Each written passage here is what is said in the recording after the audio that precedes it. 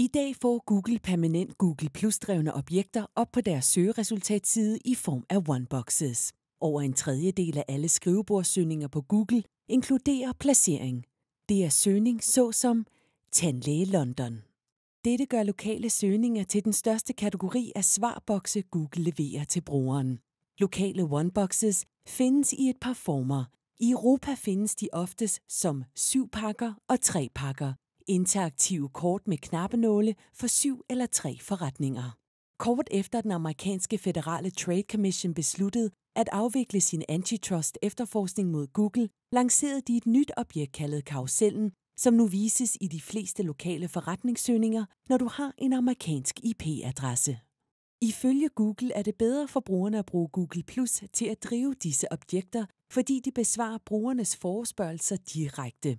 Men ved at bruge Google Plus økosystemet til at finde disse svar, ser Google bort fra tredjeparts økosystemet af lokale anmeldelser. If we know the answer, it is better for the consumer for us to answer that question so that they don't have to click anywhere. And in that sense, we tend to use data sources that are our own because we can't engineer it any other way. Er det muligt at drive Google Plus lokale objekter ved hjælp af Googles relevansalgoritme? En gruppe ingeniører fra forskellige virksomheder i den lokale søgeindustri gik sammen for at finde ud af, om dette var muligt. Vi byggede et koncept i form af en udvidelse til Chrome. Vi kalder vores widget for Focus on the User Local. Fokus på brugeren lokal. En sætning vi låner fra google.ie/about. Her er, hvordan en søgning efter Hoteller Bilbao, Spanien ser ud på Google i dag. Som du kan se, er der i alt 137 anmeldelser i OneBox drevet af Google+. Når vi aktiverer Focus on the User Local, aktiverer vi rent faktisk Google-algoritmen i OneBox. Nu kan vi se, at Googles generiske søgealgoritme mener, at TripAdvisor er et langt bedre svar på spørgsmålet, hvor kan jeg finde et godt hotel i Bilbao, Spanien? Det kan være, fordi der er mere end 2,081 anmeldelser i alt fordelt på 7 virksomheder i OneBox. Bemærk, vi tilbyder et permanent link til Google Plus i tilfælde af, at folk vil skifte til disse resultater. Vi tilbyder også skiftelinks til de websteder, der driver de generiske søgeresultater for at filtrere efter kilde.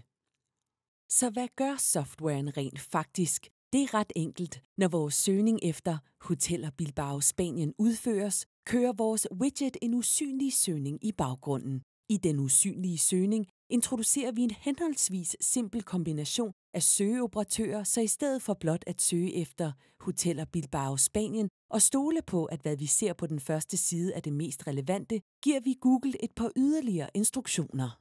Hoteller Bilbao, Spanien bliver til Hoteller Bilbao, Spanien, websted, tripadvisor.com eller Hoteller Bilbao, Spanien, websted, soc.com eller Hoteller Bilbao, Spanien, websted, hjælp.com osv. Pointen er at sætte de bedste lokale websteder sammen, der specialiserer sig i at tilbyde nyttige anmeldelser af lokale virksomheder, og derefter lade Google bestemme, hvordan de forholder sig til hinanden ud fra en bestemt forespørgsel. Ud fra disse organisk genererede resultater vælger den de øverste 7 mest anmeldte og højst rangede og udskifter Google Plus resultater. Focus on the User Local omfatter snesvis af de bedste lokale anmeldelseswebsteder i verden, men et af de vigtigste domæner, som vi medtager i denne streg af websteder, er placeringen af Googles eget proprietære økosystem Google Plus Local. Dette sikrer, at hver søgning udført af Focus on the User Local omfatter plus.google.com som en kandidat til relevante resultater. Den er ikke partisk i retning af eller væk fra et bestemt websted. Den spørger bare Google. Lad os prøve et andet eksempel. Frisør London, Storbritannien. I Google Plus-boksen i dag ser vi 84 anmeldelser. Men når vi tænder for Focus on the User Local, ser vi, at Google-algoritmen mener, at Yelp er langt mere relevant end Google Plus og er i stand til at fylde boksen med i alt 150 anmeldelser. Siden det er tilfældet med de fleste eksempler, som vi kunne finde, mener Google, at et tredjeparts websted, Yelp i dette tilfælde, rangerede højere i sit eget Google Plus-drevne indhold. Lad os prøve den samme test med børnelæge New York City. På Google i dag ser vi 27 anmeldelser, men når vi tænder for Focus on the User Local, ser vi 289 anmeldelser. Hvis du plejede et sygt barn i New York, hvilke resultater vil du så foretrække? De permanente resultater for Google+, eller resultaterne, der foretrækkes af Googles egen algoritme? Afslutningsvis kan vi prøve den samme test for kardiolog i Mountain View, hjemsted for Googles hovedkvarter. Google Plus har kun 1 anmeldelse ud af 7 virksomheder i hele OneBox. Men når vi tænder for Focus on the User Local, ser vi 274 anmeldelser.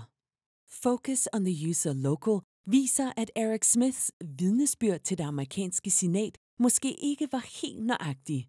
We tend to use data sources that are our own because we can't engineer it any other way. Google behøver ikke udelukkende at trække fra egne datakilder. Der er en anden måde. Men hvad med hans andet argument? If we know the answer, it is better for the consumer for us to answer that question so that they don't have to click anywhere. Da vi har udviklet en måde, hvorpå relevans kan drive svarboksen, og samtidig bevare en måde, hvor brugeren ikke skal klikke nogle steder, er det så stadig bedre for brugerne, som han påstår. Hvordan vil man overhovedet kunne måle sådan en påstand? For at måle dette bad vi tusindvis af brugere om at forestille sig et scenarie, hvor de skulle udføre en bestemt søgning. Efter at brugerne fik tildelt en hensigt, gennemførte de en simpel enkliktest og modtog et lille kompensationsbeløb for deres tid. Et eksperimentelt sæt eksempler på søgeresultater, drevet af Focus on the User Software, blev tilfældigt vist til nogle brugere, mens en kontrolgruppe, Status Quo Google, blev vist til andre.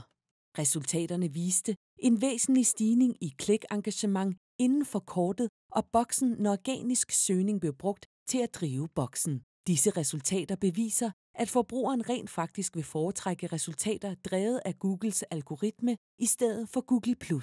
Hvis Google virkelig var interesseret i at fokusere på brugeren, ville det så ikke give mening at drive dens ikke-faktabaserede svar med den generiske søgealgoritme i stedet for Google+.